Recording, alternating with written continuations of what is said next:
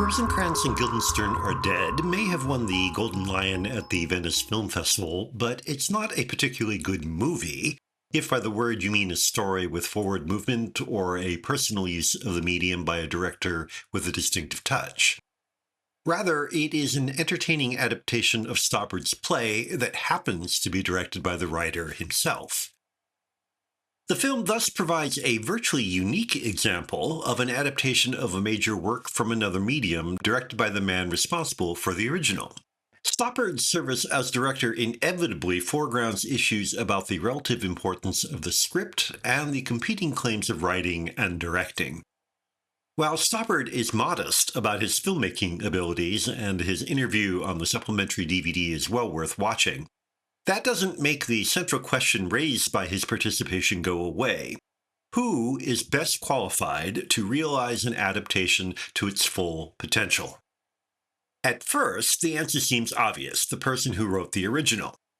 Even in the theater itself, however, it is not regular practice for a writer to direct his own plays. There is a recognition that someone can be a brilliant writer but have very little idea of how to turn a script into a compelling theatrical experience. Simply put, writing and directing draw on different, if related, skills. And if that is true of the theater, it is even more true of film, where the script must compete with so much more for the viewer's attention, and the director must have a high degree of purely technical knowledge. Every time I watch Rosencrantz and Guildenstern, I wonder who would have been the best director for it. My personal choice would be Richard Lester. Stoppard gets delightful performances from Oldman and Roth. He also has the guts to rework his own play.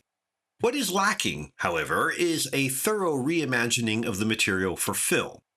To do that requires more than simply opening it up beyond the proscenium arch.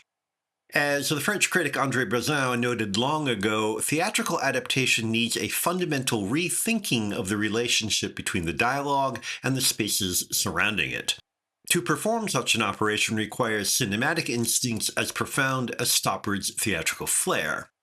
When a play is adapted to the screen, it's easy to record the actors reading the dialogue to advance the action. It's not so easy to recognize when something other than speech may be more effective.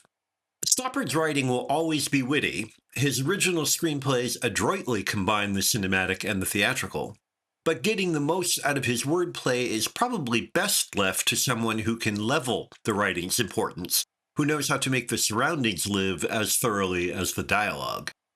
Having said that, I'll happily return to Rosencrantz and Guildenstern repeatedly. It isn't great filmmaking, but its assets make it consistently captivating, a reliably intelligent and paradoxical diversion.